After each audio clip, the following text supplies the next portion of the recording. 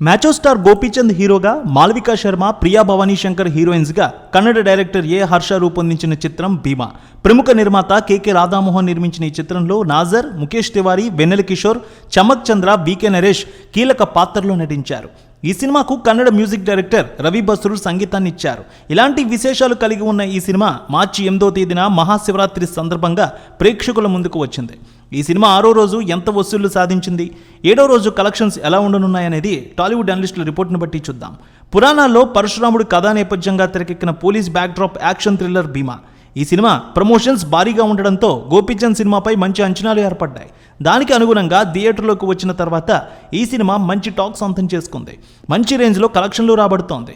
భీమా cinema విషయానికి వస్తే భారీ తారాగణం ఈ సినిమాలో ఉండడం, టాప్ టెక్నీషియన్స్ కూడా పనిచేయడంతో రెమ్యునరేషన్స్, ప్రమోషనల్ ఖర్చులతో కలిపి ఈ సినిమా 30 కోట్ల రూపాయలతో నిర్మించారని టాక్.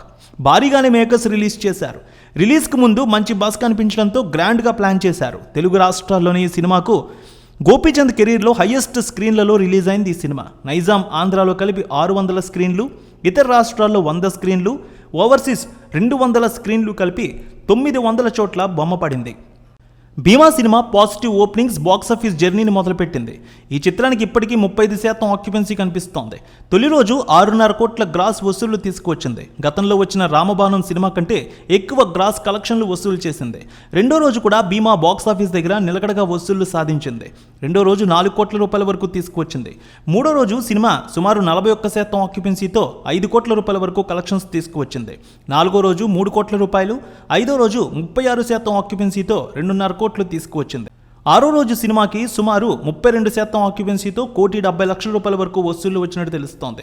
ఏడో రోజు సినిమాకి సంబంధించి 32% వరకు ఆక్యుపెన్సీ కనిపిస్తోంది. ఈరోజు కాస్త వసూళ్లు కూడా పెరిగే అవకాశం ఉందంటున్నారు. సుమారు 1,80,00,000 రూపాయల వరకు వసూళ్లు వచ్చే అవకాశం ఉందని ఇప్పటికే టికెట్ సేల్స్, అడ్వాన్స్ బుకింగ్ బట్టి తెలియజేస్తూ ఉన్నారు. భీమా సినిమా కొన్ని చోట్ల లాభాల్లోకి కూడా వచ్చింది. ఇక ఈ వారం పెద్దగా సినిమాలు ప్రభావం చూపించకపోవడంతో వచ్చే వారం వరకు భీమా సినిమాకు తిరుగులేదంటున్నారు. చాలా వరకు థియేటర్లు ఆక్యుపెన్సీ కూడా క్రమక్రమంగా పెరుగుతూనే ఉంది. నైజాంలో, ముఖ్యంగా ఉభయ గోదావరి జిల్లాల్లో, కృష్ణాలో మంచి వసూళ్లు వస్తున్నాయి భీమా సినిమాకు.